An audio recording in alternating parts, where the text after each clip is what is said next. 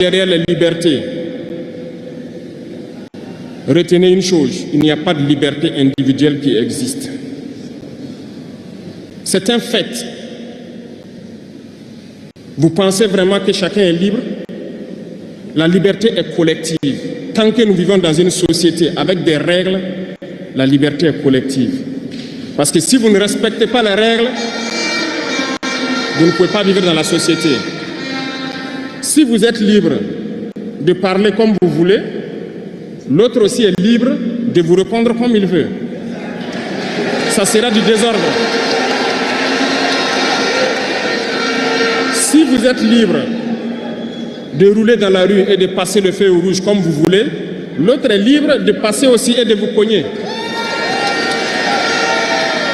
Vous comprenez que si la liberté individuelle prend le dessus, nous sommes dans une société de désordre. Voilà pourquoi il y a des règles dans la société.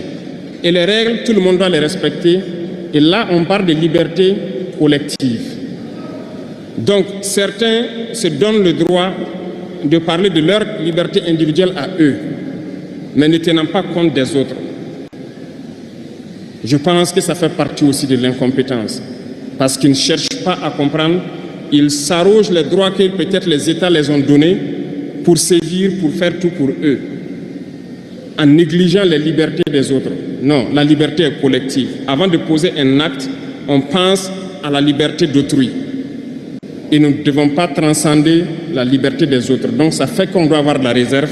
Et une fois qu'on a de la réserve, la liberté individuelle n'existe pas. La liberté est collective. Et nous devons avoir cette culture de liberté collective. Voilà, je me suis exprimé et donc ce n'est pas... voilà, donc je sais que tout le monde n'est pas content. Et ça n'a pas plu à tout le monde. Il y en a qui ont... Voilà. Et ça, ce n'est que le début. Je pense que quand on lève la voix comme ça, en Afrique comme je le fais, voilà, il y a toujours des plans d'humiliation, d'assassinat. Voilà, on est combattu. Et donc, je pense que ce n'est que le début de ça. Et je voudrais, en tout cas, avertir tous mes fans, tous mes amis, voilà, leur dire que peut-être qu'il y aura d'autres. Mais nous avons le devoir de continuer ce combat que Bob Marley a commencé. Un combat d'éveil de conscience. Un combat pour dire aux Africains que personne ne viendra changer notre situation à notre place. Que si on veut changer les choses, qu'il va falloir qu'on mette la main à la pâte, qu'il va falloir que nous, on dise non quand on n'est pas d'accord. Et que c'est comme ça qu'on pourra, en tout cas, éduquer nos hommes politiques pour qu'ils puissent se comporter autrement. Les incompétents se cachent souvent derrière des mots. Ils emploient les termes de démocratie, de liberté, sans se rendre compte de quoi il s'agit. Camarades, la démocratie est un état d'esprit, autant que la jeunesse est un état d'esprit. C'est soi-disant démocrate, mais regardez le monde. Comment est-ce qu'on peut vouloir imposer la démocratie en tuant des millions de personnes? C'est de la dictature, ça, ce n'est pas de la démocratie. Ça ne s'impose pas.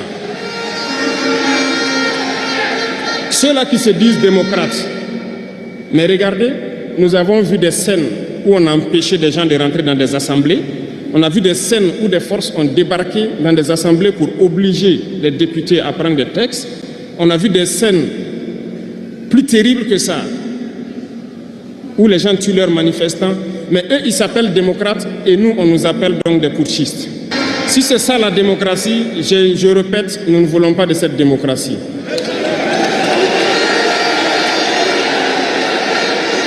Et quand vous voyez souvent les incompétents, ils ne cherchent pas à savoir quelle est la signification du mot démocratie en réalité.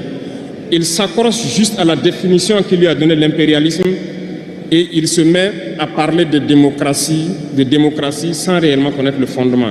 Ça, c'est de l'incompétence. Il faut chercher à connaître, avoir la connaissance, regarder le monde pour redéfinir la démocratie telle que nous le voulons en Afrique. Cherchons donc la connaissance. Lisons, interrogeons l'histoire. Ne lisez pas l'histoire écrite en leur faveur. Cherchez la connaissance à travers plusieurs sources et vous comprendrez dans l'histoire qui s'est battu pour l'Afrique, comment nous devons nous battre pour continuer cette lutte de nos dévanciers. Et je ne terminerai pas mes propos sans faire un coup de gueule encore au volet de la communication. Parce que, comme je le dis, c'est l'arme fatale de l'impérialisme. Et vous, jeunes, vous devez tout faire pour savoir distinguer le vrai du faux. Tikenja Fakoly est connu de tous pour son franc-parler et sa révolution à démonter les mensonges des médias impérialistes qui essaient de toujours créer des soucis en Afrique. Parce que ces médias, par leur bouche, ils peuvent vous rendre un roi demain. Par leur bouche, ils peuvent vous faire quitter de votre position de roi et vous rendre un piètre esclave demain. Faites attention. Je suivais une émission, malheureusement, il n'y a pas longtemps, burkinabé, où un jeune journaliste a sorti une phrase qui m'a laissé un peu perplexe. Il parlait de la Corée du Nord et les jours de faim en Corée du Nord. A-t-il pris le soin d'aller en Corée du Nord enquêter pour voir vraiment s'il meurt de faim? L'idée que les médias impérialistes ont vendu de la Corée du Nord est plus développée que beaucoup de pays européens. Et parce que ces médias nous disent la Corée du Nord c'est la dictature, les gens meurent de faim, ils sont pauvres, ils n'ont rien, on prend ça ainsi. Mais la Corée du Nord est une puissance nucléaire, comment est-ce qu'ils ont fait?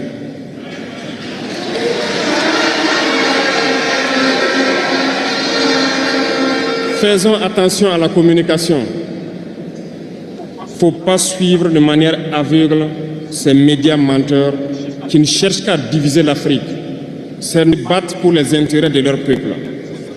Et l'intérêt de leur peuple, c'est que l'Afrique soit divisée. Alors, jeunesse du Burkina, jeunesse d'Afrique, il faut qu'on s'unisse. Il faut bannir